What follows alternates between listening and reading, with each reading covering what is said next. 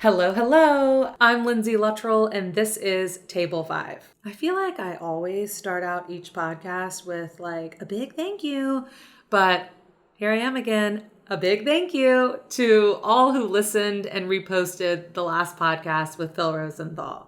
And to the 69 of you that watched the YouTube, I love you dearly. But in all seriousness, it means the world to me to see you sharing the podcast, tagging friends to listen, and I just am so appreciative. So thank you very much. Also, it was such a fun time doing the first giveaway, so very appreciative for everyone who entered for a chance to win a signed copy of Phil's new book. And I really hope to do more stuff like that, so stay tuned. Speaking of, if you listened to my episode with Phil Rosenthal, you heard us discussing how we feel about going out to a restaurant and how it's not just about the food, but it's the whole experience. Of course, the food is very important, but it's the music and the lighting and the service and everything in the in-between. And that is exactly why I wanted to shout out this next restaurant, Ospey in Venice Beach, California. It has been on my list since they opened last year, and I finally got around to trying it, and it was delicious. Ospey is short for the Italian word ospitante, meaning host in Italian. And when I learned that, I just was like, yeah, that makes so much sense because you definitely feel hosted when you're dining there. Our server, Ben, was the best server I have had in a very long time. He had honest opinions about the menu, told us his favorites, told us guest favorites, and wasn't just like, doing that song and dance, like trying to sell a special. You know the type. You could tell he was just happy to be there, and that's always a nice feeling when, you're sitting down for service at a restaurant. I really enjoyed the way he handled all of my wine needs. My friends are most definitely eye-rolling right now, thinking about my little spiel that I rattle off when ordering wine. I'm like, oh, what's your driest, earthiest, most minerally, barnyardy funk if you have it? Glass of red wine. But I know what I like. And I think it's important to know what you like and be able to explain that when ordering. And when a server gets it and doesn't make me feel stupid for asking questions or wanting to taste, wines by the glass to gauge my interest, but rather wants to help and find the right glass or bottle, that is good service. And that, y'all, was Ben. I mean, this is really just becoming a recommendation for Ben. A Ben appreciation podcast, if you will. So go see Ben. As for the food, the beef tartare was amazing. If I see beef tartare on the menu, I'm getting it. Theirs is served on a bread made locally by Justa, and my Angelinos will know that is a good start. And it comes out with crispy potatoes on top. So, right there, I'm sold. The crispy provolone is for sure a menu highlight. It's exactly how it sounds. It's fried provolone. And honestly, what's not to like? I personally was leaning towards the pizza after stealing glances of the table next to us, but Sir Ben urged us to try the rasciatelli. I feel certain I'm saying that wrong, but it is a very similar pasta to a cavatelli, and it was so good. It was served with spicy pork and a pecorino crema, and it hit the spot, I tell you. Those are just a few of the favorites from our order, but I will be back for sure. I still want to try the stracciatella with basil oil and pine nuts. Yum. And definitely want to try one of their pizzas. So I'm sure I'll be updating y'all on that soon. So if you're in LA, go see Ben at Ospey in Venice. And if you plan to visit soon, make sure you add it to your list. And if you're not, go to your favorite local place and appreciate how you feel hosted when you're there, because it's such a gift when a restaurant can make you feel that way. And I just love that experience so much. All right, on to my next guest. I was so excited to sit down with her. You may know her from her multiple Food Network appearances in competitions like Guys Grocery Games, Beat Bobby Flay, and Tournament of Champions. She is a chef, a hotelier, and has been credited with transforming her little Northern California town of Guerneville into a buzzing vacation getaway. We talk about her younger years growing up in the restaurant biz to her making the leap out of the corporate world to follow her dream in hospitality.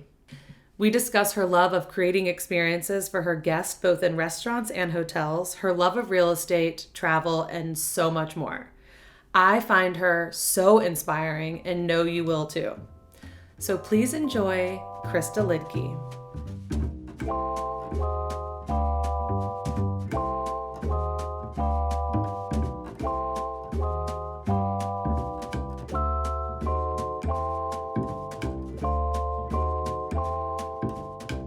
Hi.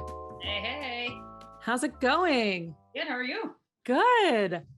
Can you hear me okay and everything? I can hear you great. Look at you and your like full on setup with your earmuffs and the whole deal, like official. If you could just see my little makeshift situation, I have my microphone sitting on 2 cookbooks. Like, love it. Just trying to make it work. Oh my gosh. Is there enough light or do we need to figure something out? No, I think it's fine. Maybe if you can, that the light's coming in and maybe close that curtain almost. Close that guy? That's as far as he goes there. Oh yeah, that's probably good. Let me see. Perf. Oh my gosh, this is so exciting. How are you? I was trying to drink my coffee before I got on here. That's fine. I have mine too. So we'll be in it together. It's so funny you say that because this is where my brain went. I was like, hurry and drink your coffee. So no one can hear you drinking your coffee.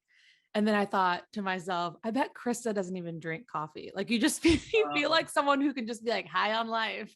Well, that is true. But I can't really get rolling until I've had my coffee. I mean, I'm up and I'm at 'em and I'm going, but I'm at least a 2-cupper but I'm sort of I'll set it down and I'll forget where I put it and I'll come back to it and it's cold and then I got to make another one. And that's so funny. My dad's like that. He'll be like, oh, where's my coffee? Oh, it's in the microwave. I'm like, oh my God, because you've been heating the same mug since like 8 a.m. Yeah. We have no microwave. We have a rule about that in our house. So no microwaves here. We do have a little toaster oven. So when I got toaster oven for my TOC challenge, I was like, oh yeah, that's not a problem. I use that little sucker every day. Yeah. You're like, please throw it at me. I drink iced like espresso. So it's never a problem for me. Like if anything, I have to throw another cube in there, but sure. I go to bed at night, most nights thinking I get to have a latte in the morning, like so excited. So it doesn't take me long to drink my coffee. I love it. I'm so excited to have you on. I've been like thrilled. I find your like whole career path fascinating. I'm just like, you're like a hotelier. Is that how you say that? Hotelier? Yeah. Neither of us speak French, but hotelier. Yes. Hotelier. Yeah. Okay. And now a 2-time in one. Yeah. Because I got another one. And then you're a chef, you've owned bars. Like, it's just like, you have it all in this little empire. But before I get to your empire, yeah. I wanted to ask you like about like growing up and how you even got here. So you're born and raised in San Francisco? Is that right? Oh, I'm from Wisconsin. Tell me everything. Okay. Yeah, you betcha. You betcha. The short version of the story, Lutheran father, Catholic mother, dad's one of 8, mom's one of 5. So lots of cousins, lots of kids. So we grew up, very integrated with family. My parents actually bought their first restaurant from my dad's folks. And so we grew up in the restaurant business. They owned a restaurant before I was born. Oh, so cool. In it from the beginning, 5 years old, standing on a milk crate, making grasshoppers behind a bar, because that's what you do as a child in Wisconsin. I love it. Start it young.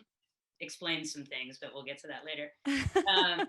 And then, I was obviously wanted to spend time with my mom and she was often in the kitchen. So that's sort of how I got interested in the culinary world was, literally just cooking with my mom in the restaurant. Again, standing on a milk crate, being little, so we went from having a supper club. I don't know if you know this whole like Midwest supper club thing. So it's like bands on the weekends, salad bar with the sneeze guard, the prime rib, like the cool, like 70s, 70s vibe, right? So, and it was called Luedtke's, the Luedtke's Golden Night, and night, and KNIGHT. Yeah. And there was one of those dudes standing out front. Totally. And so they that became too much over time, and they sort of downsized to like right downtown on the tiny little, strip of West Bend, Wisconsin, which is about 30 minutes north of Milwaukee. Yeah. We opened Luedtke's Bratskeller. So it's kind of a play on Ratskeller. It was a German gastropub, hence my most recent restaurant edition. Yeah, I was gonna say I'm seeing a connection. Yeah. So we as kids, my parents worked nonstop. We spent most of our days, if we weren't in school, at the restaurant, like putting bottles, like going down to the recycler and putting bottles in. And for every case we'd fill up with beer bottles, we'd get a quarter. We'd go into the local little candy shop, smelling like beer, right? Kids, and buying some candy. So I love it. So fast forward, the rough part of the story, my dad cheated on my mom with a cocktail waitress. My parents divorced. My mom wanted to get out of this tiny little town. So she took 4 little kids, Oh my God. put us in a tiny car, and drove us across the country to Arizona. So at 9, we moved to Arizona. And my mom, went right back into the restaurant business, basically waiting tables with 4 little kids at home. So what was in Arizona? Why was she like, I'm going to leave Wisconsin and go there? yeah, her one sister that wasn't still living in Wisconsin had moved to Arizona. And so she's like, how can I be around family and still have supportive family, but not be in this state? Right. Oh my gosh. So we moved to Arizona, and that was really traumatic as kids. It was literally like my mom had said, hey, I was going to school one day, and she said, let your brother know that when you get home, you guys need to pack your bags. We're moving. And we were like, what? How old were you at this time? 9. Oh. And so my brother was 10, I was 9, my younger brother was 5, and my baby sister was 2. And we jumped in a little Chevy Horizon, which is like a Volkswagen Rabbit. You know what I mean? Oh my gosh, yes. My mom, the 4 kids, a little dog, and my uncle, because he wouldn't let my mom drive across country, and our shit. Sorry, pardon my French. You can say shit. Okay. And so, yeah, we trekked across the country. I mean, we basically cried ourselves to sleep until we probably got to Illinois, and drove across country, and then started a new life in Arizona. So my mom worked in the Mexican restaurant business for many, many years, which is, obviously my love of all things like Latin culture, Mexican cuisine, hence why I opened El Barrio. It was like, it was kind of the homage. So all the things I've done are sort of like storytelling of my life and kind of bringing it back. But so then, I obviously grew up in restaurants, did all that, saw my brother become a chef, saw it sort of tear his marriage apart because he was constantly working. My mom was like, you are not going to open a restaurant. Why don't you open a hotel? And so that's sort of how the detour happened with me opening the hotel first and then a restaurant after. But, I did the okay, do the obligatory, go to college, like maybe try to get a different path going. And I wanted to be a doctor. So I actually went to school. Really? Yeah. And was biomechanics of the skeletal system, pre-med track, started a master's program in motor development and learning, burned out on school, and left my graduate program and started just getting like a career. So was that all in Arizona? That was all in Arizona. Yeah, I went to Arizona State. Go Sun Devils. We spread it out though. My two of my siblings were at U of A. My younger brother went to NAU. I stayed close to home because I was always the one most concerned about caring for my mom. Yeah. It's so funny when I hear people say U of A out here. I went to the University of Alabama, which is U of A. I mean, we rarely call it that, I think, but every time I hear it out here, I'm like, I used to when I first moved here. I'm like, me too. Yeah, me too. And they're like, oh, Arizona? No. Yeah. I'm like, what? No, I've never been to Arizona. Yeah. I mean, I have now, but I was like, what? Yeah. So you stayed in Arizona kind of concerned for your mom. I did. And I stayed more close to home because, well, one, it was also easy to be working in restaurants for her. Yeah. So while I was in college, I was full-time, either bartending, waiting tables, managing the restaurant. And, that was hard money to give up. You know what I mean? Like when you're walking home with a couple $100 in your pocket every day and you're like in your early 20s, like that's good running money. You're loaded. Yeah. Totally. And then, getting your first job out of college, you're not making as much as you do when you wait tables, right? No. So it was like, I finally had to be like, okay, I need to have like a real job, not be working in restaurants anymore. And so funny enough, I became a recruiter. So I was recruiting engineers. My roommate at the time's boyfriend owned a recruiting firm, and he's like, why don't you come in and check it out? And so I was a recruiter for about 2 years. I recruited engineers. I knew nothing about it. I had to. And that was like right out of college while you were in like 23. masters. Yeah. Oh my God. 23. So I was going to graduate school and doing this gig. And then I caught the gay because it's contagious, by the way. In case you're Oh yeah. So you rubbed shoulders with the wrong person, Crista. Yeah. Whoop. And there it went. And then I was like, I gotta get out of this super conservative state and like figure it out and explore. And so I moved to San Francisco. So And that was all that's like your early 20s when you came out then, or you were just like, yeah, oh, I knew it inside and I got it. 23 was basically when I was like, okay, these aren't just crushes or wanting to look like that pretty girl. That's like, I want to I have to hook up with that pretty girl. Right? Yeah. So, was your mom or your siblings at all weird about that? Or were they just like, yeah. I waited for a bit to tell my mom because I knew that was going to be a hard one. And some people might think I'm mean. I'll tell you that story. My brother was like, rad, dude, that's hot. Big brother, right? Totally. He was 24. He's like, dude, that's super rad.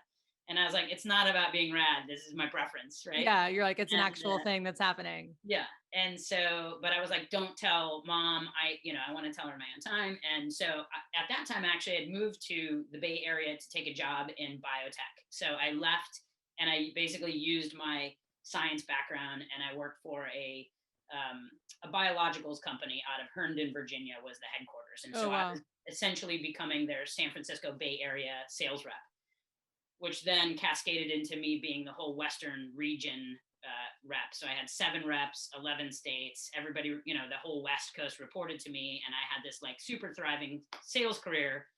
And the next level up for me would have been national sales manager, where I wouldn't have these relationships with my clients. And I was like, I don't want to do that. It's time for change, which is then why I pivoted and then became a mortgage broker. I know I don't look old enough to have these many careers, but I was going to say, Crista, I had no idea that you had this like very corporate background. It's so wild. I have a couple questions. I became a mortgage broker in 2005. So you left the sales to go mortgage broker. Yeah. Okay. Which was a sort of a similar, you're just selling something different at that time. And I was very hesitant because I always felt, and I think many people do, like, oh, mortgage brokers are slimy. You know what I mean? Like you kind of like, like until you can earn someone's trust, like it's a weird sort of relationship. And so like at first I did not want anything to do with it. But my father had been in real estate all my life. After they left the restaurant business, he became a realtor in Wisconsin. Oh. So I knew a lot about the real estate business, but never had dipped my toe into it. So I became a mortgage broker, and that was somewhat of a means to what I wanted to do, which was open a restaurant and or hotel. And so being in sales prior to that, I was traveling all the time. I had no time to like focus on how could I pivot and make this happen. Right. By being a mortgage broker, I was working full time from home or from the office, and I could do as much, as little as I wanted. The more I worked, the more I made. Right. And so, true story, I'm still a licensed mortgage broker. I do now and again. Yeah. And actually it's the one thing that, not the one thing, PPP helped save me. But when COVID hit, I pivoted and because interest rates dropped, I reached out to all my clients. And I was just like slamming all day doing refinance. Oh, I bet. Yeah. So I was doing refis by day, packing to go boxes at night. And it was just like nonstop. But it was like an additional 6-figure income for that first year of COVID because it was just so busy. Like everybody could refi, It's so wild that like how lucky that you had that to like kind of fall back on. Yeah. Wait, I have so many questions really fast. Okay. One, raise your hand. I'm like, wait, can I ask a question? One, when your mom moved, was she owning these restaurants she was working in? Like when you were working for her, like as a bartender and a waitress, had she started opening her own at that point? She was a partner in a restaurant in Scottsdale, but she had never owned. And then she went from being a partner to then going into the corporate world and like working for Brinker International.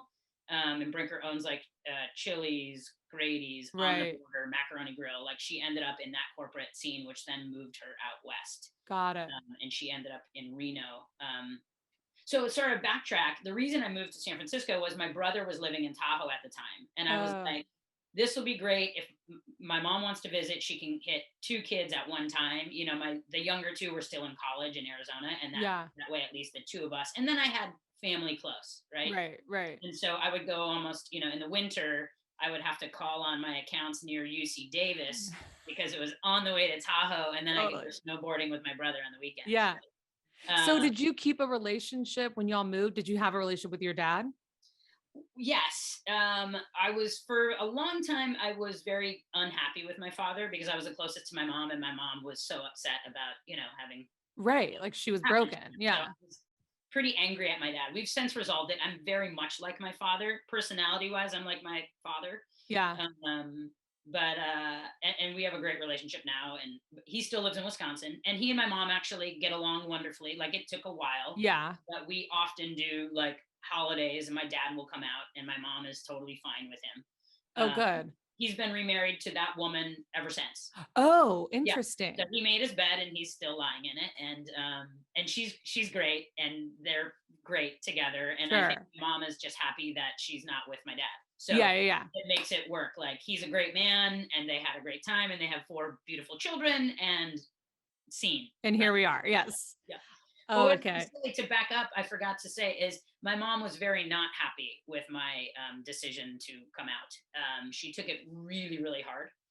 She thought she failed as a parent. I'm like, Mom, yeah. And was she still very religious? Is that like, okay. Yeah. And so, God bless an 18, 19-year-old baby sister who is, wise beyond her years, who basically just like pulled my mom aside and was like, get over yourself. This is not about you. Like, she's your daughter. She needs her support. This is difficult. Like, just love her. Yeah. And it took my mom a long while to come around, and it strained our relationship for a while. We didn't talk as much. I would talk to my older brother, and he'd say, yeah, mom asked, about if you're dating anyone. And I said, why don't you ask her, mom? Like, she didn't want to know. Yeah. And I think the breaking point was one of my first, like, serious relationships with a woman. I got my heart terribly broken, and I was sad, and I wanted my mom. Yeah. And I called my mom, and my mom just like basically was like, you deserve better, and you're you know what I mean? Like, she then like kind of just got it. Like, love is love, right? Right. And my daughter needs me, and I'm going to support her. And then things just, evolved from there. Yeah. So, I mean, I imagine, like, I'm not a parent, and so I don't know, but both my sisters have kids, and my brother was born when I was 12. So I kind of feel like I have this little baby. I was always, I'm like, he's mine. But I do feel like it's so hard for a parent to have these dreams and ideas and like, this is what they're going to do. And like, look, I can tell she's so good in restaurants, or she should open a hotel, or look at her go in her biotech career, like how smart. And then for you to like make a decision based on your own preferences in your life and whatever that doesn't go with her vision. It's like, wait, we hadn't talked about that. I hadn't thought about that. I didn't see that coming. Right. It's like they have to almost like mourn the loss of this other dream they had before they can be like, oh yeah, I forgot Crista's her own person that I created, and like I'm happy and like whatever. But that's such a weird, I can only imagine what a weird transition that is to go from this is what I thought it was going to be, and this is what she's choosing. Yeah. Well, and it was funny. I mean, maybe looking back on it was probably not the kindest move, but I actually told her on a business trip back to Arizona. So I was in biotech, and Arizona was part of my territory. And my baby sister was in college at U of A in Tucson. So I said, hey mom, I need to call on my Tucson accounts. Why don't you come with me? And we'll, after my day, we'll spend time with my baby sister, Katie. Yeah. And she was like, great. So I was like, she's trapped in the car with me for 2 hours. Oh, no. Here's when I'm going to tell her.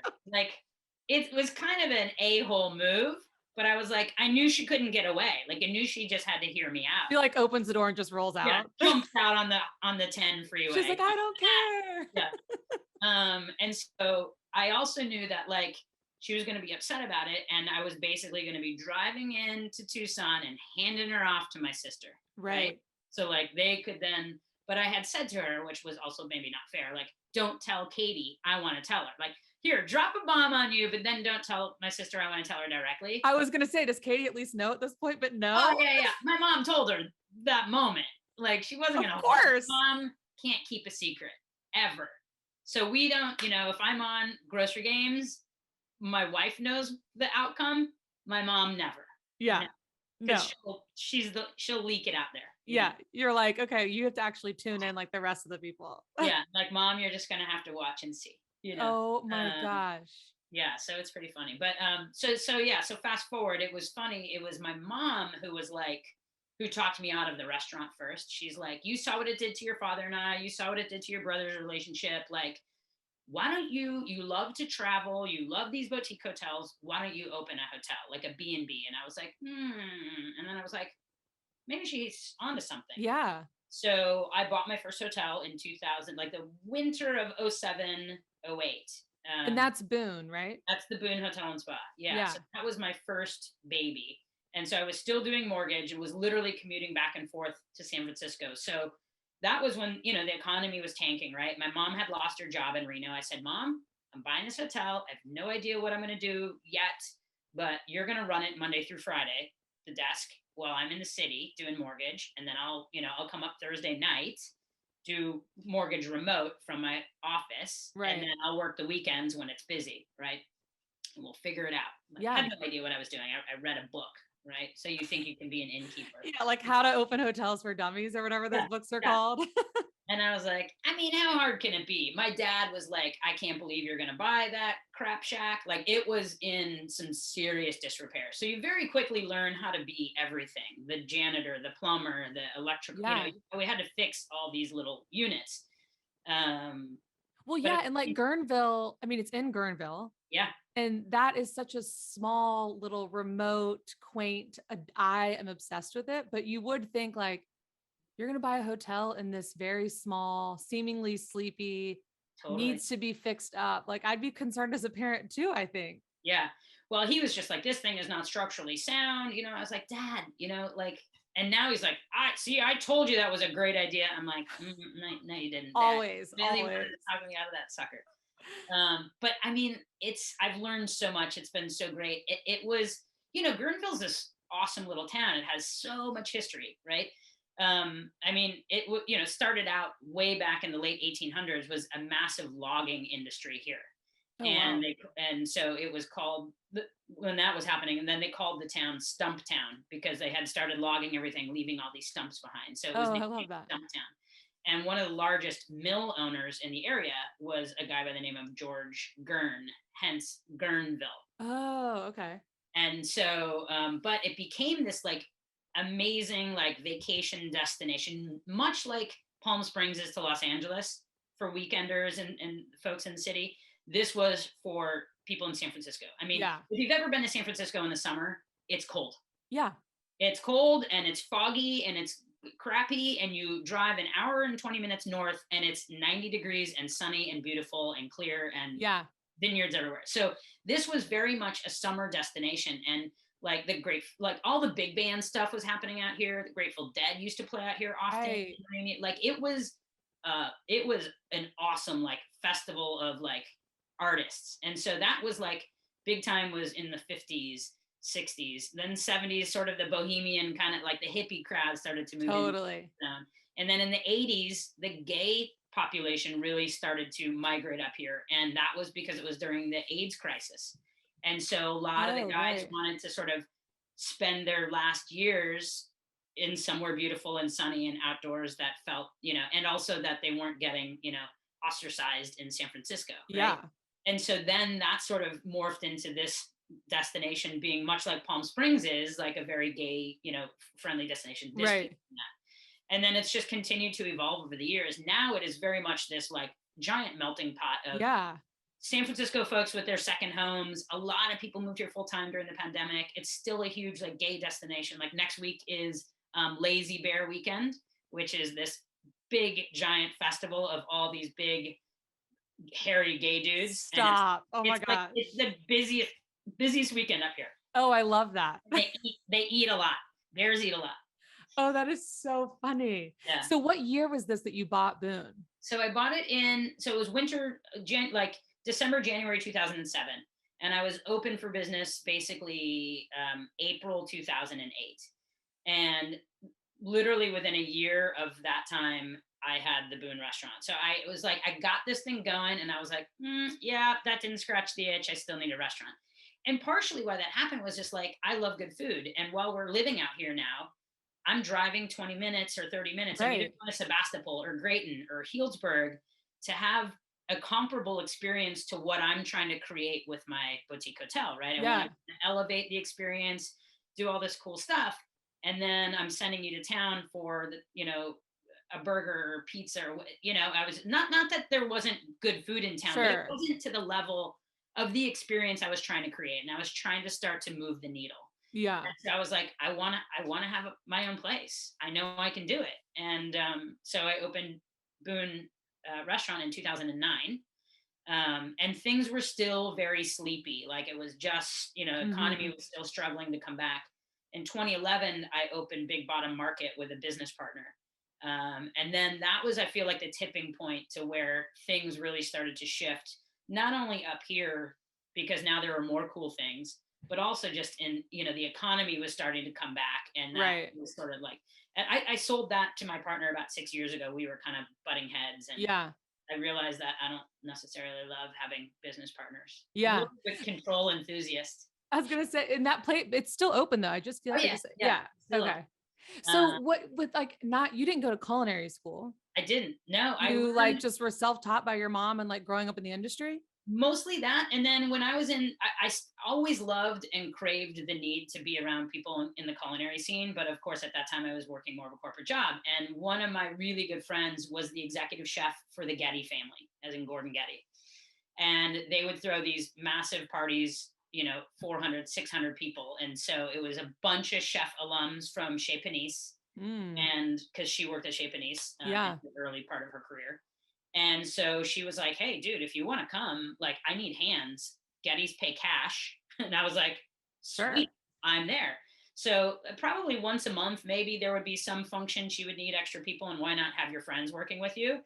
And so, those guys really kind of taught me my skill set, because the chef would say like, hey, I want you to small dice this. I want you to brunoise this. I want you to do da. And I would say, yes, chef, show me how you like it. Right. They would cut one, and I'm like, okay, I got it. Boom. I'd go Yeah. to my station, and for 8 hours, I would do that thing. And I'll never forget one big party we had. We were doing white asparagus, me and one other chef. And we were doing like, Lexans upon Lexans upon Lexans of like cutting off, shaving the Yeah. breasts, laying them in wet paper towels, in these beautiful little layers for like 8 hours. The Oh next my day we gosh. come in, chef grabs a few, does a little test, cooks them up, and she's like, the tips are gritty. Cut all the tips off. And we were like, and I'm like, I went to another chef, and I was like, aren't we putting like a grainy mustard sauce on this? And they were Yeah. like, yeah. And I was like, what's the point here? But I was like, yeah, chef, Yeah. You're like, I'm learning. I'm learning. yeah. So, those were like my moments of, a little bit more actual, like, formal training via Right. friends. But I always cooked. I loved cooking. I cooked all through college just for like my roommates and everything else. And I knew enough to be dangerous. My mom was that type of cook that would like open the refrigerator and grab out various things and put it together. And we're like, Mom, this is delicious. Yeah. Well, I'm glad you like it, because it'll probably never happen again, because I have no idea what I put in it. Right. So I suck at baking. I mean, I can do it, but Sure. I don't like to measure anything, right? Yeah. I look at a recipe as a guideline, and I'm like, ooh, yeah, I love these flavor profiles. This is great. And then in my head, I just figure out how I want it to taste. Yeah. And I feel very blessed that I have, a good palate that can find that balance of like hot, acid, sweet, Yeah. salty. Like, I think it's so fascinating. Like I think obviously producing all these shows, I get to see, everyone cook. And I'm just like, how did they do that? Mhm. A, with the time constraint, B, with like if there's like an ingredient that they're making you use that's so awkward, and like who would ever cook with a sour gummy, and like any time. But even Yeah. if I'm just watching someone do what they want to do, like I'm making the best burger ever. And I'm just like, how did they even come up with whatever it is? And I mean, my boyfriend used to be a chef, and I'll go to the farmer's market with him. He'll pick up one thing, smell it, feel it. And all of a sudden he's like, ooh, I know what I'm going to make for lunch. Mhm. And I'm like, what? From that nectarine? Yeah. Like you've never, what? Okay. And then it's like, I have the best lunch of my life because he was inspired at like the farmer's market. I'm By the nectarine. so jealous of that. Like, I wish I had that. Well, it's funny. And I mean, that is something, for better or for worse, that can happen, especially also too in competition, right? Is because it's like such a split moment decision that you have to make. And you Yeah. walk on an idea, And once you've locked on that idea, you're going down that road and there's no chance to take like, oh, maybe I'll make a little soft left. You're like, you lock in on something. Yeah. And I'll never forget when I was competing against Alex Guerneville, who's a total badass, by the way. Right. Where we had this, do your best duck dish, right? And she was like, and we had duck, bologna, and guanciale. And Okay. I was like, she said to me, she goes, I hope I didn't do it too simple, because she's like, all I had in my mind was like an open-faced, like bologna sandwich kind of thing, right? And of course, in my mind, I'm like, I'm going up against Alex. Make your best duck dish. So like Right. crispy skin duck breast, seared. I use my bologna as a thickener in an onion beat, some crispy guanciale, and she comes up with an open-faced duck sandwich, and she beats me, and I'm like, Yeah. you know. Yeah. That's so funny. You lock in on these ideas, and then again, it can be the most amazing, like you said, lunch, right? Or it can be like you got stuck in this lane and maybe it didn't happen as you wanted it to, but you were so damn, focused on using that peach or that whatever that decision. But it's funny. I mean, sometimes like I love, Kim always says to me, like, what do you want to do? And I say, I want to keep opening hotels. Like that's, and she's like, right, but all you do every day is talk about, think about, and create food dishes. Dude, right. I know, but hotels are a little easier. I mean, it's funny. People say like, what's your favorite business? I'm like, that's like asking someone who's their favorite child. Right. You can't. It's the one that's crying the quietest, right? Yeah. But it's been like, the pandemic has changed me. I know it's changed all of us, but it made me realize like how difficult it is. And one of the biggest parts of what we do as, entrepreneurs is dealing with people, right? The people part is the hardest part of the whole thing. And if you don't have good people, it makes things that much more difficult. And I say, like, I am blessed with the most incredible team that work with me. And I always say work with me, not for me, because we're doing this thing together. Yeah. I can't do it without them. I wouldn't want to do it without them. Right. Well, with Boone, I feel like you created like when we went and stayed there, everything, every detail, every small touch from the staff, like that guy, I always forget his name. Why? But yes. Yeah. I mean, even when I called, I didn't say that I knew you. I wasn't calling being like, and Crista and like dropping anything. I made a full on reservation.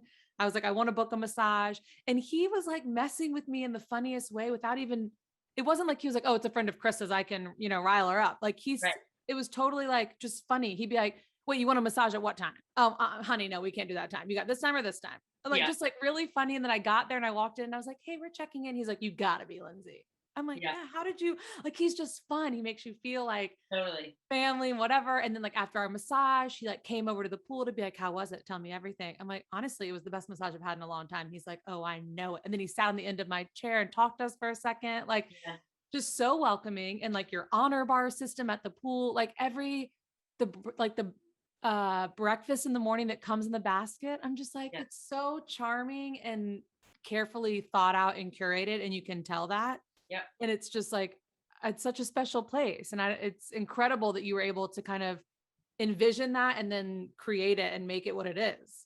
Well, and that's exactly it. You sort of nailed kind of why I love what I do. And it's not about picking like, oh, this is my favorite business. It's about creating experiences. Yes. And so I think about what would I want? What's the experience I would want to have? And also taking, this information that I've gotten from the best places that I've stayed all over the world. Like I'll never forget this place I stayed in Bali. It was like super remote near Ubud, like up in the mountains. Yeah. And it was like, I swear to God, the staff was like ninjas. Like you would be sleeping by the pool and you're like, oh, I could use a glass of ice water. And you'd open your eyes and poof, there it was like on your little table. And totally. Like, what?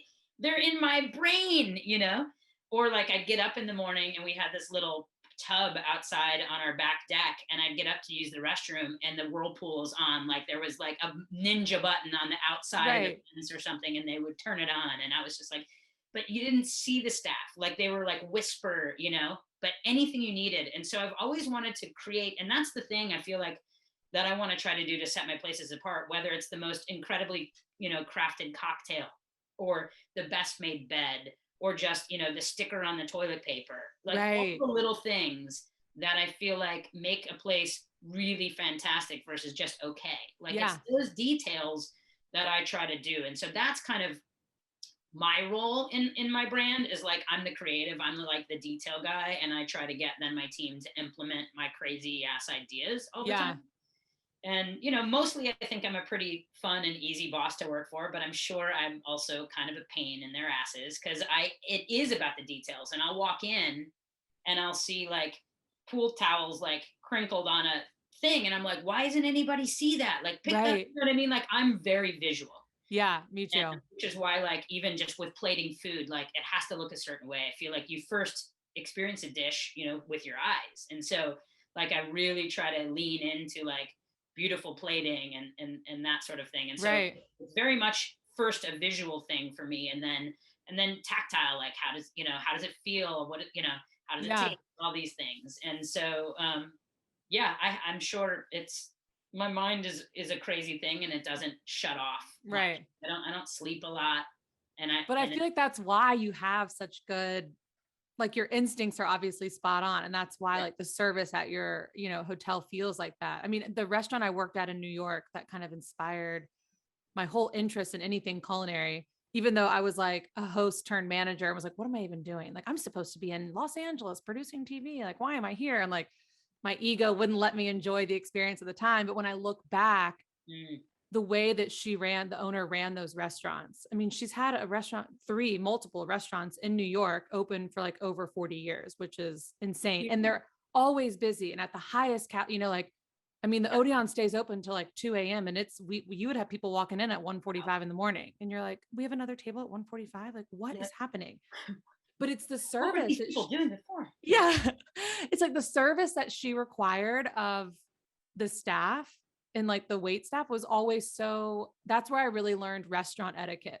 Yep. Like certain things, like it's a huge pet peeve of mine at a restaurant when people are eating, there's more than one person at the table. And just because I've finished, if the person with me hasn't finished, do not dare clear my plate.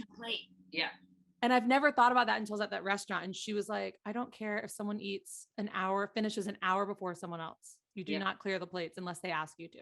Yeah. And I'm like, oh, that's so smart. And like just little things like that have always kind of stuck with me. And it's those little things, whether it be in service or, the towels being a certain way at your hotel that remind the guests that like someone's thinking about it and like it's carefully curated. And those touches are everything. Yeah. It's those thoughtful little moments that I feel like really make the difference. Yeah. But yeah, so I also have known this about me. I need to learn how to say no more. Yeah, don't we all? Because I have these instincts always, like about every 2 years I get antsy and that's when I want to open a new business, right? And so like we're at a year and a half. I bought my most recent hotel, which is super cool and fun.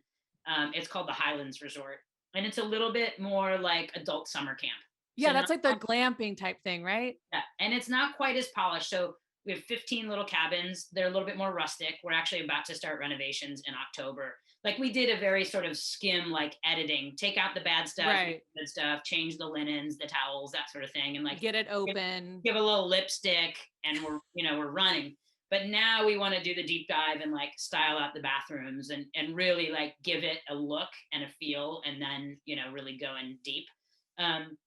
But it'll definitely be a little bit more, cabin vibes. Yeah. It's more kind of woodsy where it's like Boone feels like you've been plopped in Palm Springs, like with a redwood backdrop. Yes, totally. It does feel like that.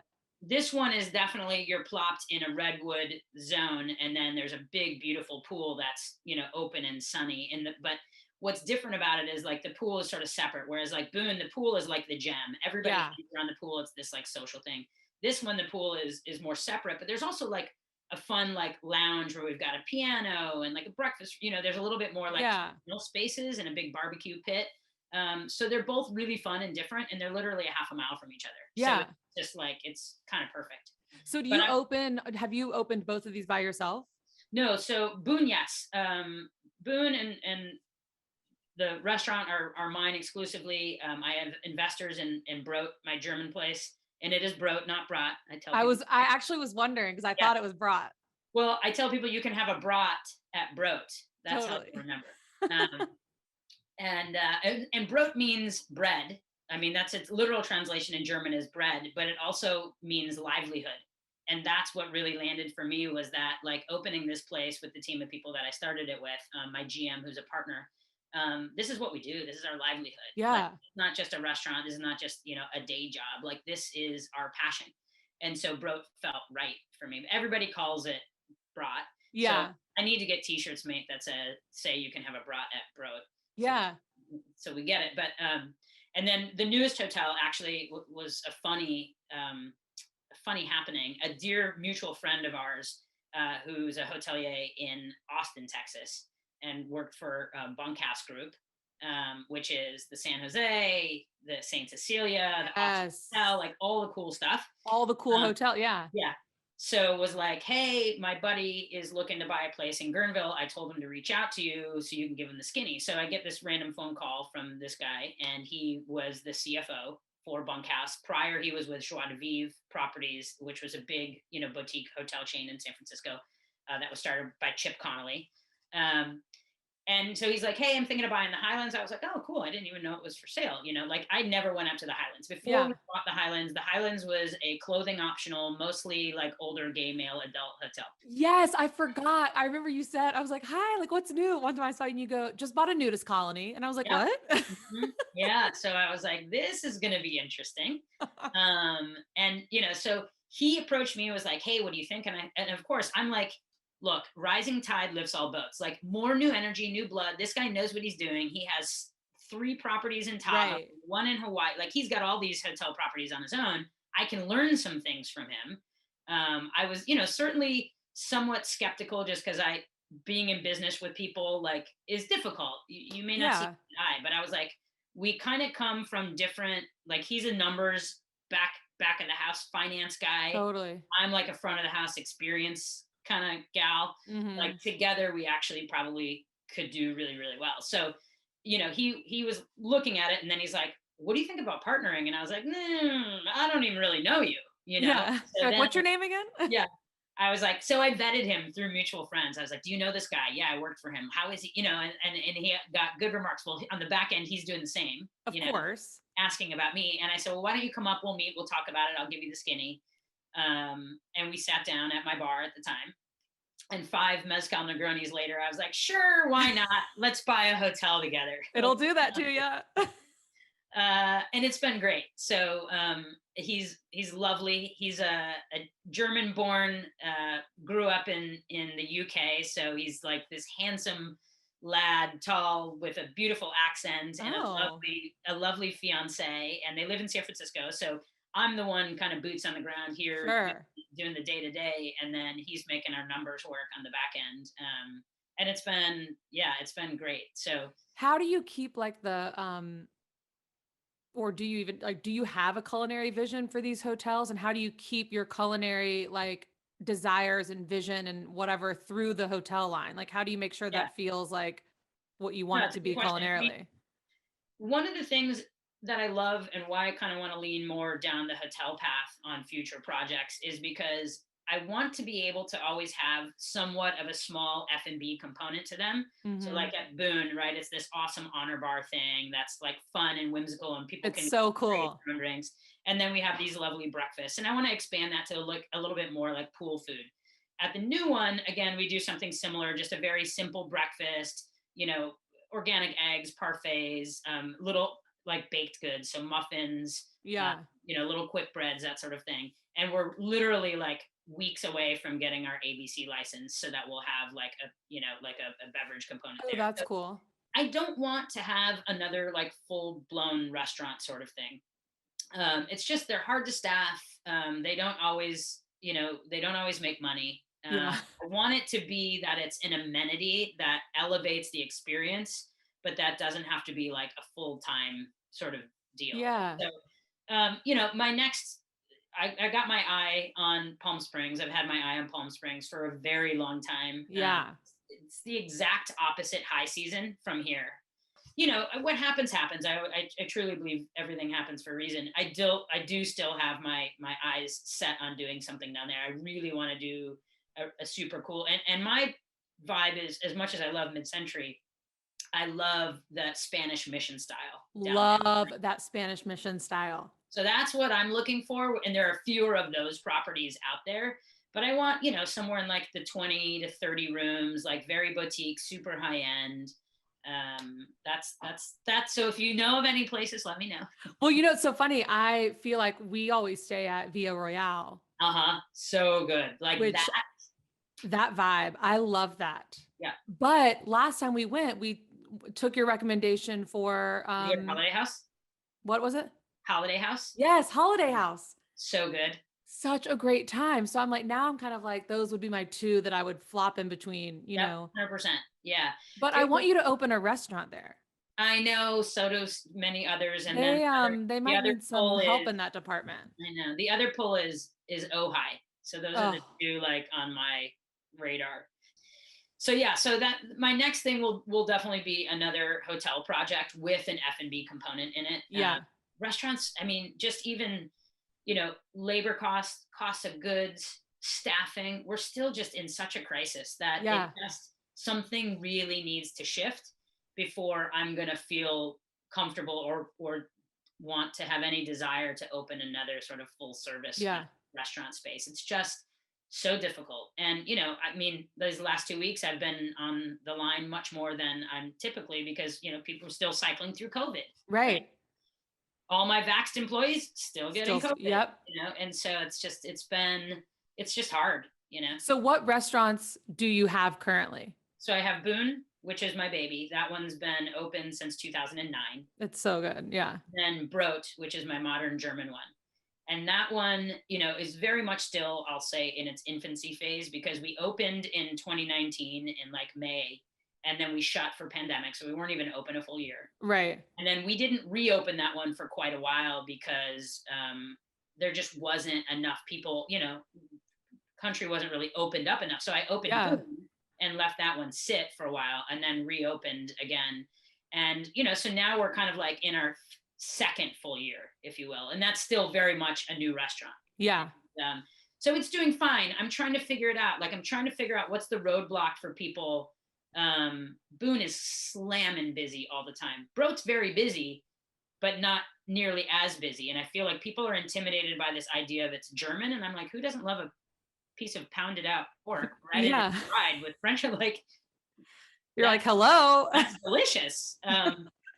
So I think, it's been a little bit of more of a mental barrier. And frankly, I love the creative food that we're putting out of there, like figuring out how to weave, somewhat generally boring German food into Lake County, like super healthy California, and doing these amazing, beautiful salads and, doing my schnitzel gluten-free, like, trying to gosh. Yeah. So I dredge in rice and then I go into garbanzo flour on the end.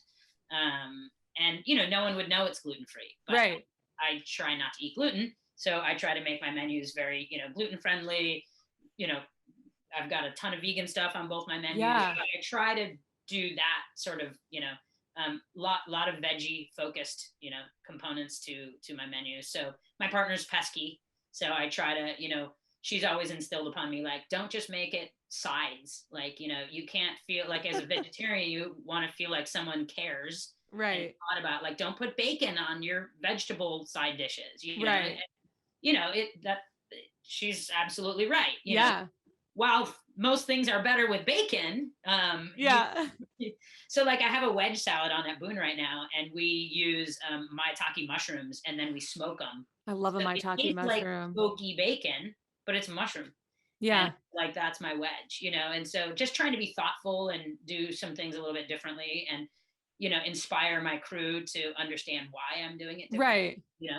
When I was in Italy just recently, I was in kind of like the hills of Tuscany, like Chianti, Rada area. And I went to this like very authentic cooking class with these sisters that are born and bred in this house in Italy. I mean, it was stunning. It was an experience I'll never forget. It was amazing. But when I first met her, like I walked up with my friend and my friend was like, yeah, she's like, what are your names and where are you from? And she's like, I'm Lissa. I'm from New Orleans. She's like, okay. And I was like, I'm Lindsay. I live in Los Angeles. And she goes, oh, what are your things? And I was like, my what? And she's like, what can you not eat? What are your dietary restrictions? She's like, Totally. what do I need to make sure? Do I have to have gluten-free pasta? And I'm like, oh no, I eat it all. And she goes, no. And I was like, yeah, I eat it all. I love gluten. It doesn't love me. Right. But I do it anyway. Yeah. Funny enough, actually, when in Europe, and by the way, I did follow your photos. They were amazing.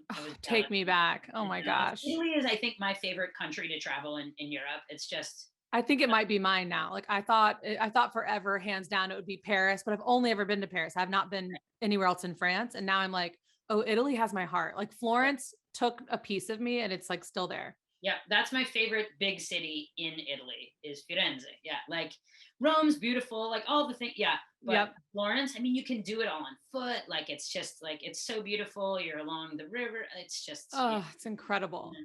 But yeah, the eating there, I think you're going to say something about how like you can eat. Well, I was going to say too, I did a cooking class in Italy, like in Cortona, like we had this like 700-year-old farmhouse, and it was, you know, my mom, my ex-wife, my wife at that time, and her auntie mom. And we went to this little lady, and like there was a translator because the nonna did not speak a word of English. Oh, wow. And so the daughter is like, so today we're going to cook a very traditional dish. And all of a sudden the nonna like grabs the rabbit, like with the fur, the whole, and she goes, no. She goes, it's okay. And we were all like, sure, you know? And I was like, oh yeah, we're going deep on this one. Like we're doing it. Skinning the rabbit, doing it. And they were all just like, we don't generally eat rabbit, you know? When I was like, we're eating rabbits, I was like, tastes like chicken. Yeah. It's going to be great. Yeah. That's the thing when I'm traveling. Well, I think I've kind of always been like this. My mom used to say like, I was her good eater. Like I would try anything. I would maybe spit it out or be like, I don't like that, but I'd try anything food wise once. And now when I travel, I'm like, no, I don't want to eat that cricket. Yeah. But like, if you're telling me that I'm supposed to, cause it's like a thing that you do here and it goes in this dish and you think it does, I'll try it. You know, like, I'm just like, I will do that. The cipollini's on my guacamole. Cipollini, yes. Yeah. Yes. Cause that's what you do in Mexico City. Or yes. Yeah, yes. I did eat a scorpion while I was in Mexico City on my last trip there. Okay. I don't want to do that. So do not tell Gerardo because we're going to Mexico City and I do not want him to make me do that. You know, it wasn't like, it wasn't super tasty, but it wasn't that bad. Like it had some sort of, you know, almost like a tangy, like acidy at the end, right? Like you don't eat the tail, that part you pop off and then you eat it and you get to choose your size.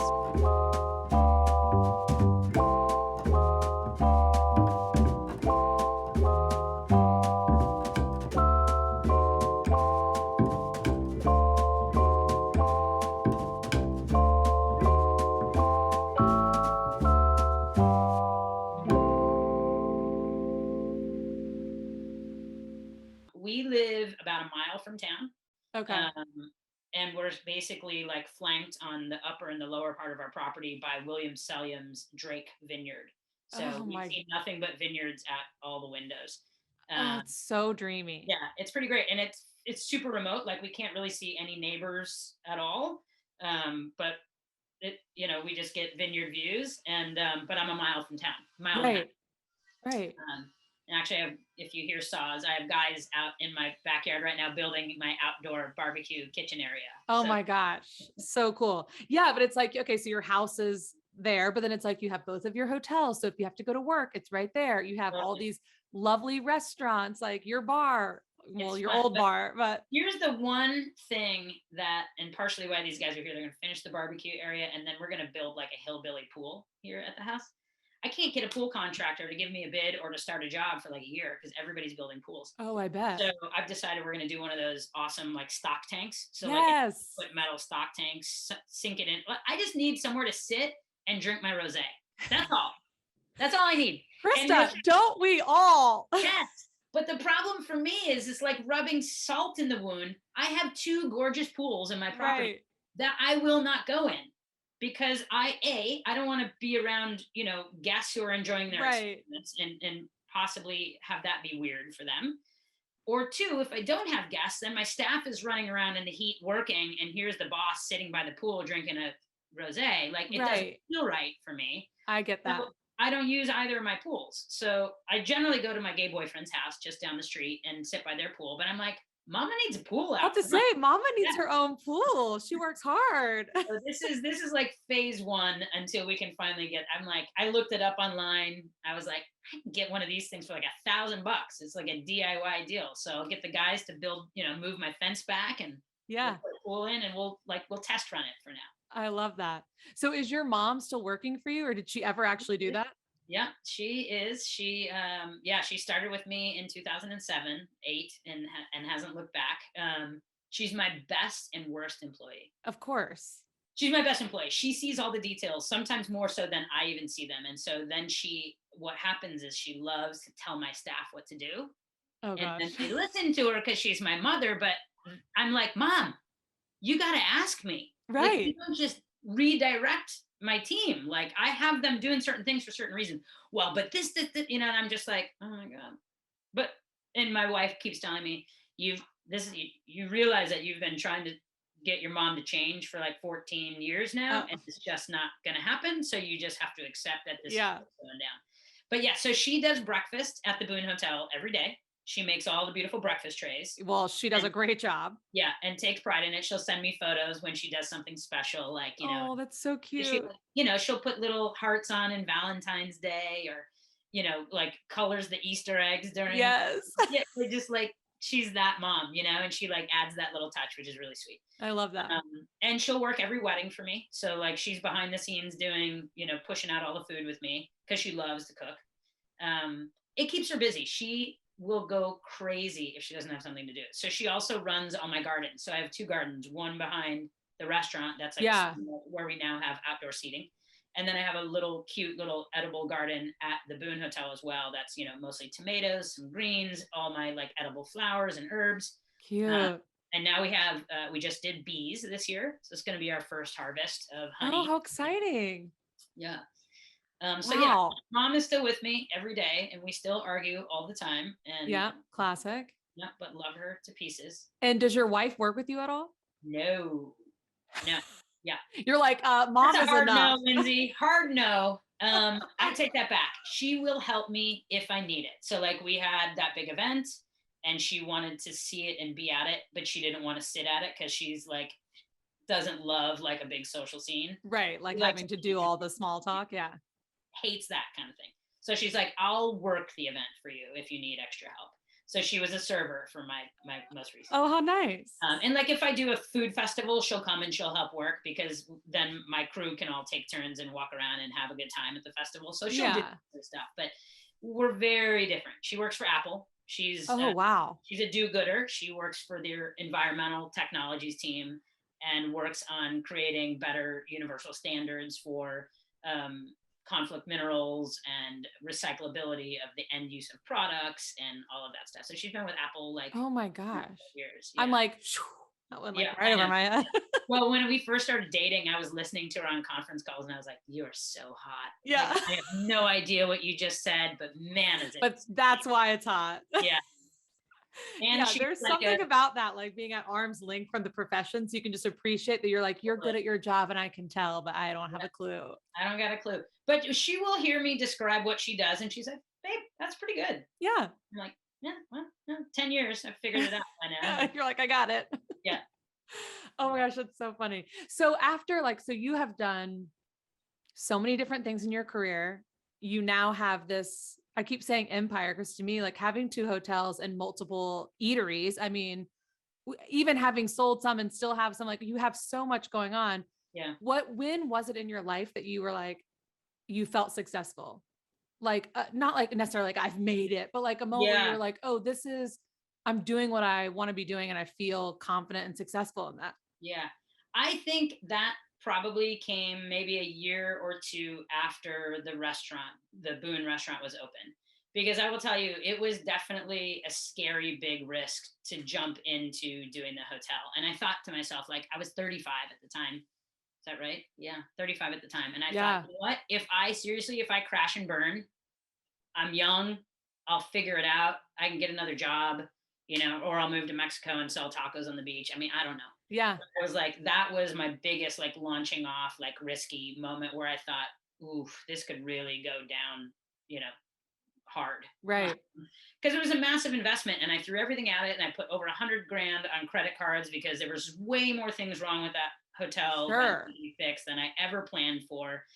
And I was like seriously upside down. And then I opened the restaurant shortly thereafter. And then things really started to like click. And I was still doing my day job, slinging mortgages, because I was like, I need to make these payments. Like this is a big, this is a big monthly burn rate on a hotel with staffing and all these other things. And so I was like moving and shaking and hustling mortgages to pay for all these things for a good couple of years until they started to like get in their own and start paying for themselves. And then I was like, okay, like we're doing this. Like, you're like, wow, it's happening. It's working. And I've created a lifestyle that I want to live, and it's work, but it's work that I love. And it's the connections to people and doing these things that really make it rewarding work. And I feel like I've made a difference in my community and I feel like I've created all these new jobs, and that feels good.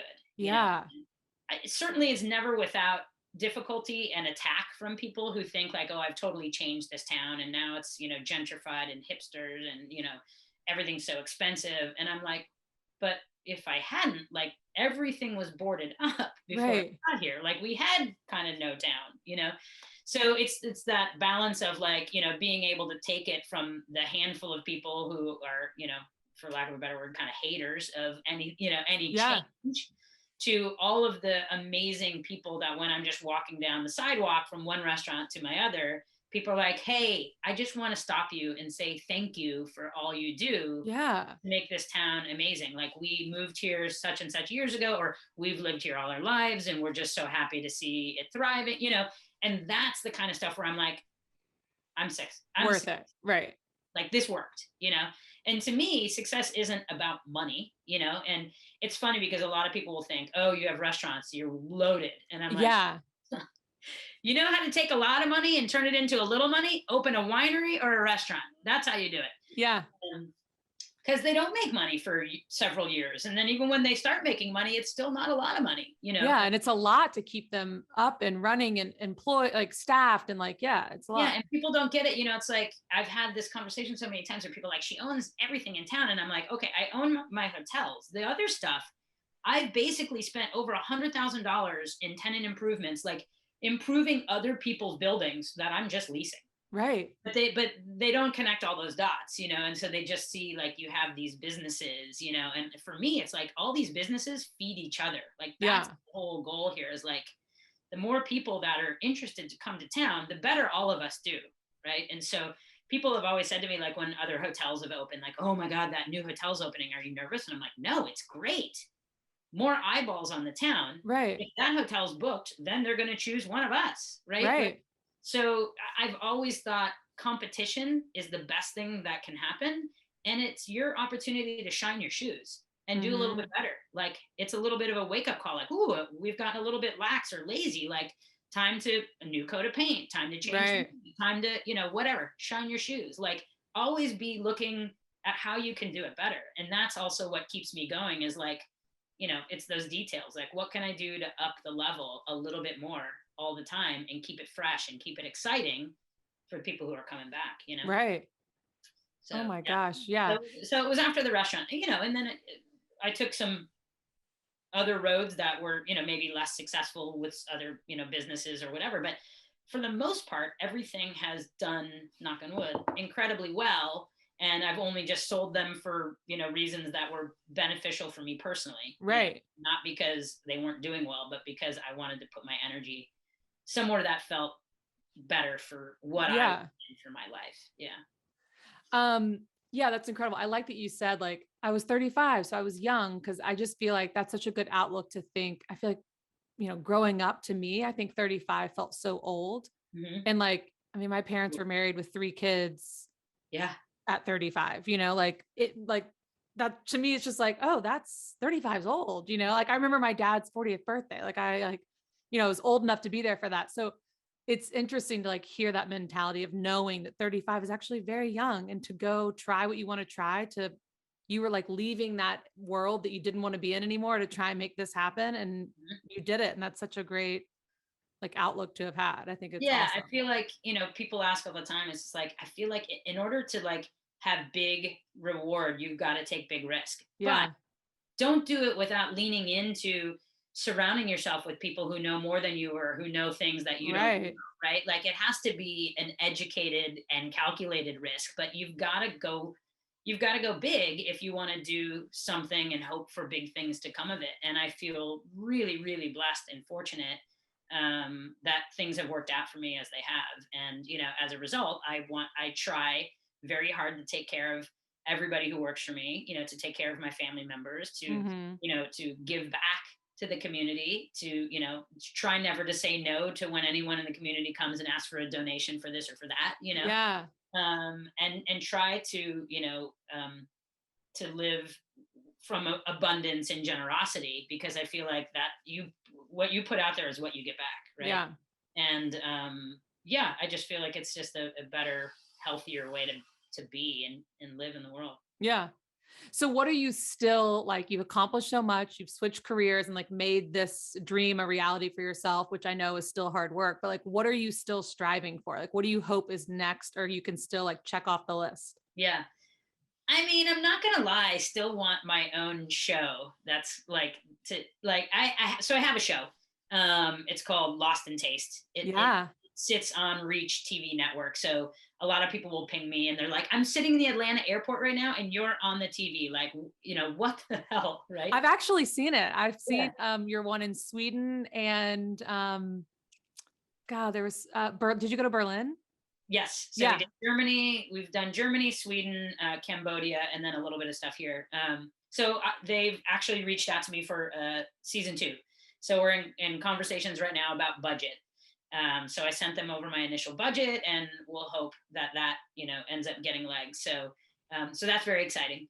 But Yeah, it's very cool. yeah, but I also just kind of, as that was happening, I sort of brainstormed another show concept similar, but that I think will be really, really fun. So who knows? I mean, obviously that's just the dream, right? Yeah. It's fun to think about that. But then, when it actually becomes a reality, it may or not be as fun as you think it is, because then, everything when it's a lot of work becomes somewhat less fun. Yeah. But that is definitely something. And then, I do, like I said, I want to have another hotel, and I want to also just spend more time traveling. Yeah. I feel like a pretty big void, since the pandemic. I have yet to like really fire up my travel engine. Like I used to spend the entire month of January traveling somewhere and Oh, like immersing. And that's when I really got in love with Mexico. I did a whole month in January in Mexico wow. City, Oaxaca, like just kind of, did it up. And then I had done another one in Spain. And another one in like Vietnam and Cambodia. So like Incredible. it's like diving into other cultures and being inspired, by design, by like the culinary scene, like all of it. And then that's usually when I'm like, oh, I want to create this new concept, right? Yeah. So as of late, I've been kind of consulting on some projects. Like I did a little cafe in North Star and Lake Tahoe, like a little coffee shop inside a real estate office. And I'm Cool. trying to scratch my itch of doing things without having to run them after, Right. right? So that's been fun. But that, and I'm constantly wanting to find more real estate, little sleeper properties that I can zhuzh and make super exciting, and then either turn into rentals or sell. Yeah. So cool. So, and those are risks too, right? Because you could buy a clunker and could be like super upside down. But Right. so yeah, Right. so that's kind of what, and that's kind of Yeah. what's on the horizon. And what are you loving most about like where you are in this exact moment?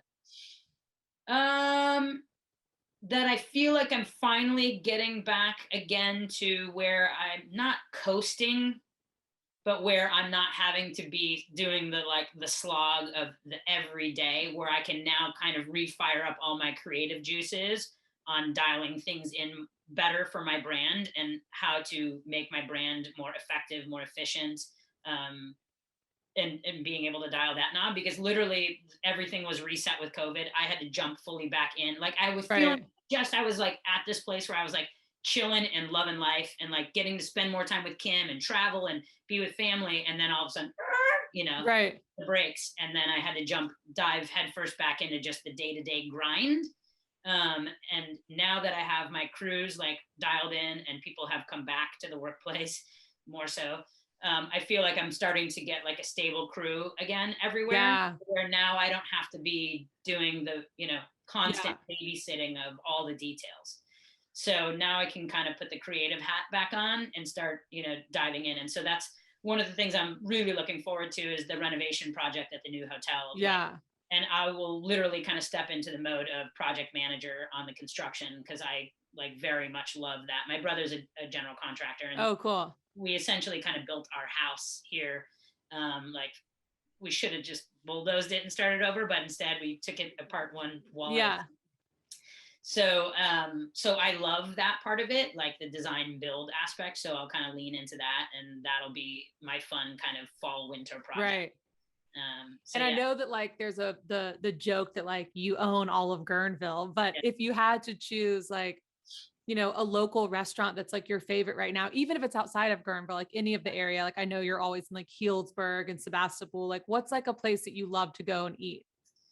We love to go to Handline in Sebastopol. So great, like beautiful outside. It's not pretentious. The food, like, always 2 different ceviches on the menu, great tacos. I love anything like Mexican inspired. Same.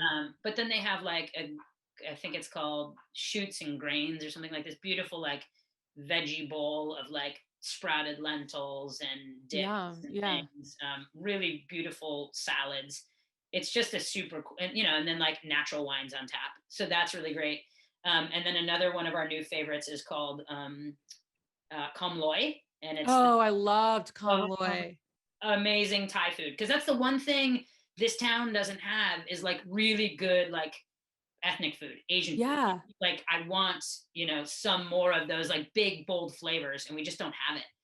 I did go there and it was beautiful on the inside and so good. Yeah, so good. It's one of the guys is behind also Ramen Gajin, which is another favorite of ours. Same dude who's involved in that. His name is Matt. And so like, the food is just so simple, so delicious, so healthy. And again, like just a really simply curated, like amazing wine list. That's like some awesome, funky, natural wines and stuff like that. Like that's, for me, that's like heaven. And I also sort of like to get out of town a tiny bit, because I feel like I'm actually going somewhere. And not that I don't love people to say hi all the time, but like if I'm on date night with my wife. And everybody's like, oh my God, like people want to say hi. I don't want to not say hi, but then it completely interrupts the flow of our meal. Right. Totally. So we'll go, and we a lot of times like to sit at the bar counter. So love that. You're kind of just like only, getting to hang out with the bar peeps. Totally.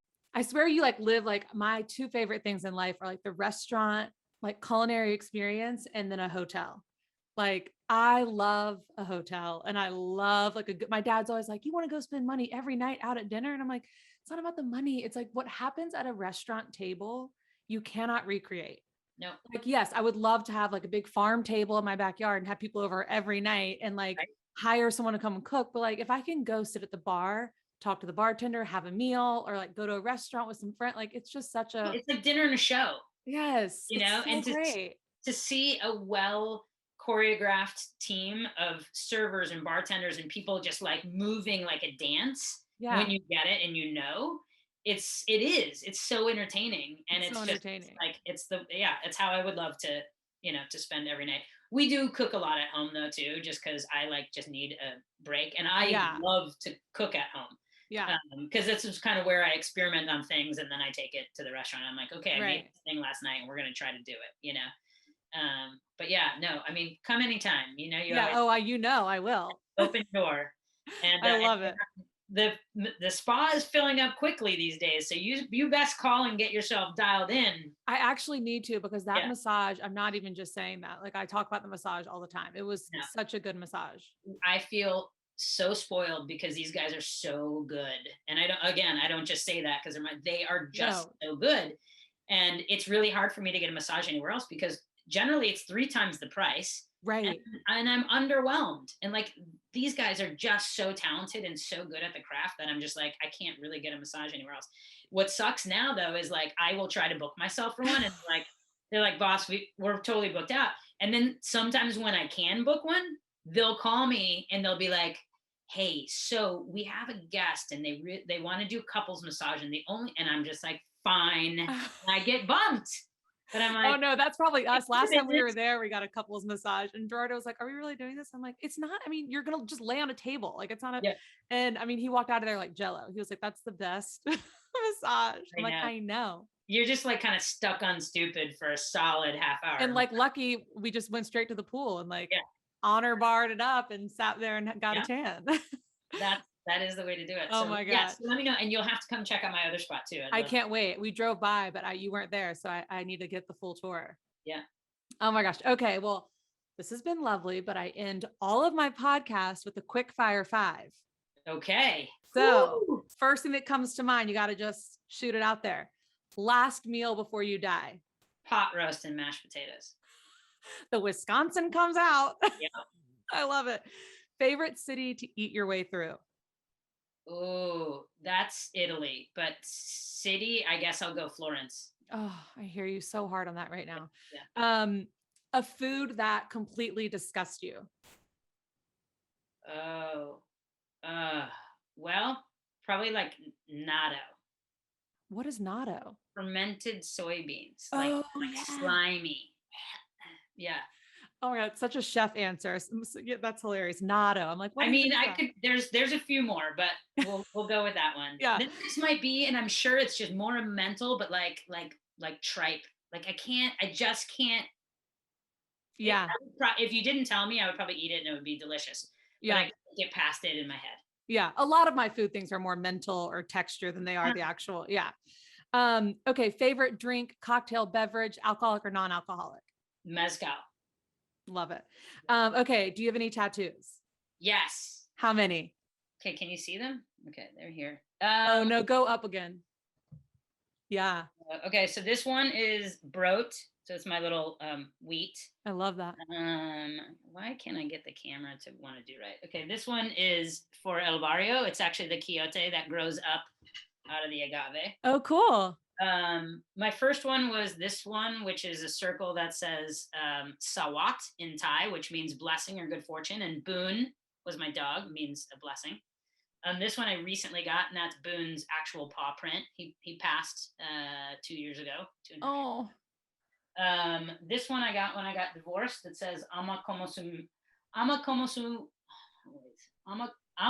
nessuno te ame fatto male. Love like you've never been hurt badly. Oh, wow. I love that. I got divorced. And then this guy is my flowering arugula. And I feel like if I could put arugula on everything, I probably would. I just love it. It's like earthy, it's peppery, it's fresh. I love it too. And it kind of defines sort of like maybe that moment that sort of things clicked for me, like culinarily, that I just like fell in love with like rucola, rocket, like, and I was like, always wanted to have like this botanical illustration of it. And so I got that one back in December. So, I love that. Very cool. So how many tattoos is that? Like 6, 7? 1, 2, 3, 4, 5, 6 right now, but I'm about to get another little one right here, which will be, we just lost our beagle. Oh, Mr. Logan a couple of months ago. He was almost 16. He was our little dude, and he was a rescue beagle. I don't know if you follow. There's an organization in Los Angeles called Beagle Freedom. No, I don't. They rescue beagles from animal testing facilities. Oh my gosh, I grew up with a beagle. These things. So he was one of the Spanish 40, and he was rescued from labs in Spain with 40 beagles. Wow. And Kim adopted him right before I met her. So I'd had, he was 5. He lived his first 5 years of his life in a cage. Oh my god. And they have tattoos under both of their ears for labs because they're just known as numbers. So they get tattooed in under their ears. So I'm going to get both of his numbers tattooed on my arm for my that's so sweet. so I can tell their story. But yeah, give them a follow, Beagle Freedom. I mean, yeah, I will. I grew up with a beagle, and I also lost her at, I think she was 15 or 16. Like I had her from when I was 5 until I was a freshman in college. So I mean, it was 13. Funniest dogs. I mean, that guy, he drove me bananas. He like, you think about child proofing a house for kids, like beagle proofing is like all is next level. That's That hilarious. guy could get into anything. He was like an inspector. I mean, we were at the vet probably once a quarter to get him to throw up something that he Oh got yeah. into. He was That nuts. is hilarious. He was Oh like my God. on our toes, and I miss him. He just got to be a more and more sweet version of himself as he, started to age. But yeah, but I will get the beagles tattoo. About to say, get your tattoo. Think about it. I want more. They're addicting. I don't know if Yeah. you have any, but they are. Kim does not want me to get any more, and so I said, "Babe, this is your arm." Yes, and this is mine. And I'm like, maybe I'll tattoo Kim's arm. And then I was like, no, I have to tattoo Kim's arm here with an arrow. That Right. Yeah. That's hilarious. Krista, thank you so much for coming on. It was awesome. As you know, I will be visiting Boone and the Highlands and all the places again soon, but I really appreciate getting to like chat. Me too. I had no idea what to expect. I mean, I did because I've listened to some, but like, you never know if you're going to sneak one in on me, Yeah. Catch me off guard, but I'm an open book. So this was delightful. And I can't thank you enough. I've had such a great way to spend my morning. Oh my gosh. I'm so happy. Thanks so much. Thank you. See you soon. Bye.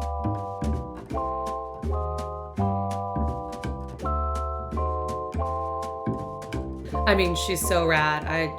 She's the best. I'm so happy I had a chance to chat with her and that you had a chance to hear her story.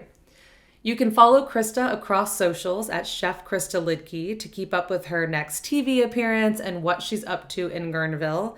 And I'm telling you, she is always doing something cool. So give her a follow. And I think everyone should add Guerneville to their travel list. You now know where to stay and where to eat.